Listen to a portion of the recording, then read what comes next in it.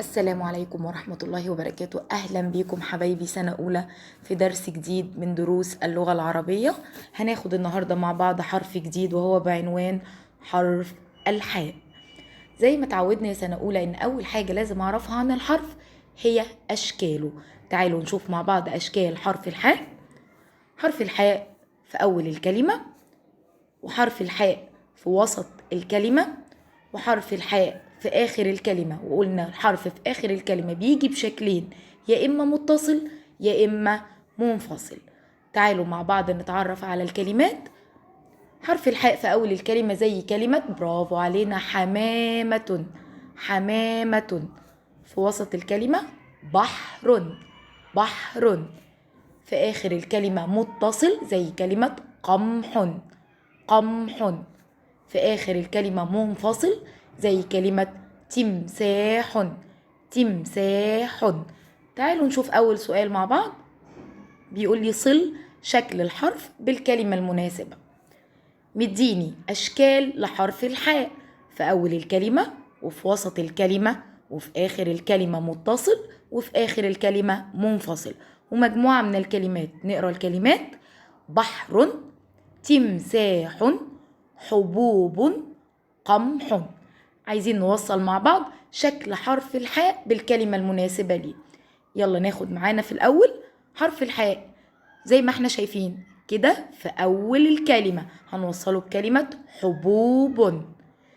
حرف الحاء في وسط الكلمة فارد ايديه الاتنين عشان هيقف في وسط الكلمة زي كلمة ايه؟ برافو علينا بحر. حرف الحاء متصل في آخر الكلمة زي كلمة برافو قمح. حرف الحاء منفصل واقف لوحده زي كلمة تمساح. برافو علينا. تاني حاجة يا سنة أولى هنعرفها عن حرف الحاء هي حركاته. احنا قلنا الحركات: الفتحة والكسرة والضمة وعلامة السكون.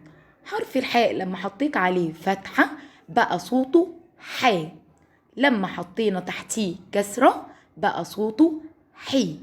حرف الحاء لما حطينا عليه ضمة بقى صوته حو.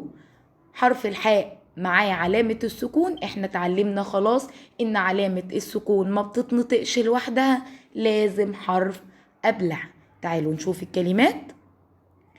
حاء عليها فتحة زي كلمة حمامة، تحتها كسرة زي كلمة حصان، عليها ضمة زي كلمة حبوب. وعلامة السكون ما بتتنطقش لوحدها، لازم حرف قبلها زي كلمة لحم. تعالوا نتعرف على سؤال جديد مع بعض.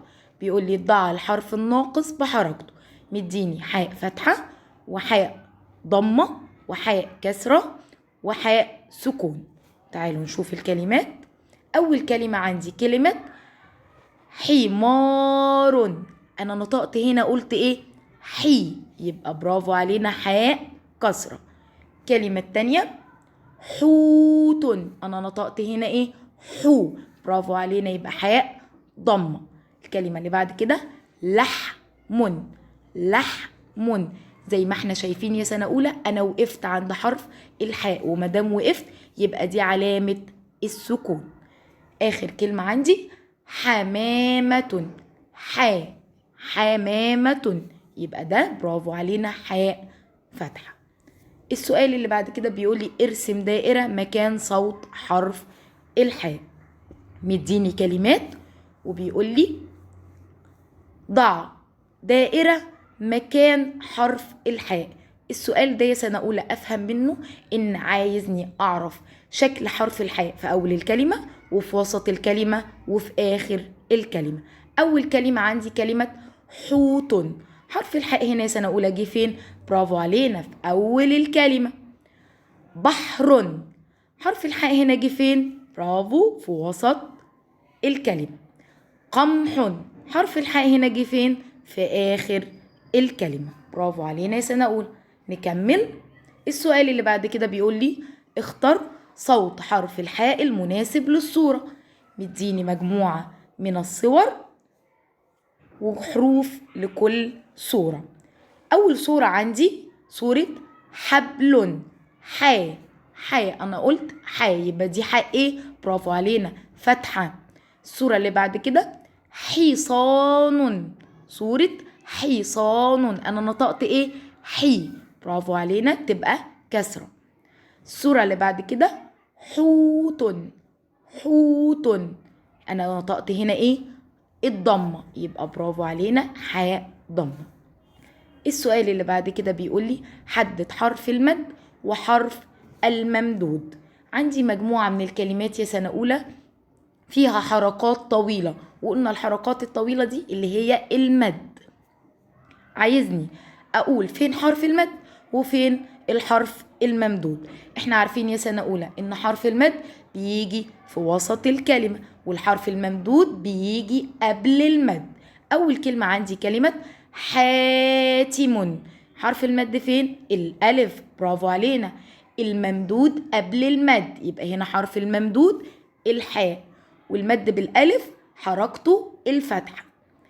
كلمة تانية نحيف، فين حرف المد هنا؟ برافو علينا الياء، الممدود اللي قبله الحاء، برافو علينا، والمد بالياء حركته الكسرة. الكلمة اللي بعد كده لحوم، أنا نطقت هنا مد الإيه؟ برافو، مد الواو، والممدود قبل المد، هنا الممدود إيه؟ الحاء، برافو علينا، والمد بالواو علامته الضمة. الكلمة اللي بعد كده نجوم، هنا المد برافو علينا الواو، الممدود الجيم، والمد بالواو علامته أو حركته الضمة. وبكده يا سنة أولى نكون انتهينا من حرف الحاء، ونلتقي إن شاء الله في حرف جديد من حروف اللغة العربية. والسلام عليكم ورحمة الله وبركاته.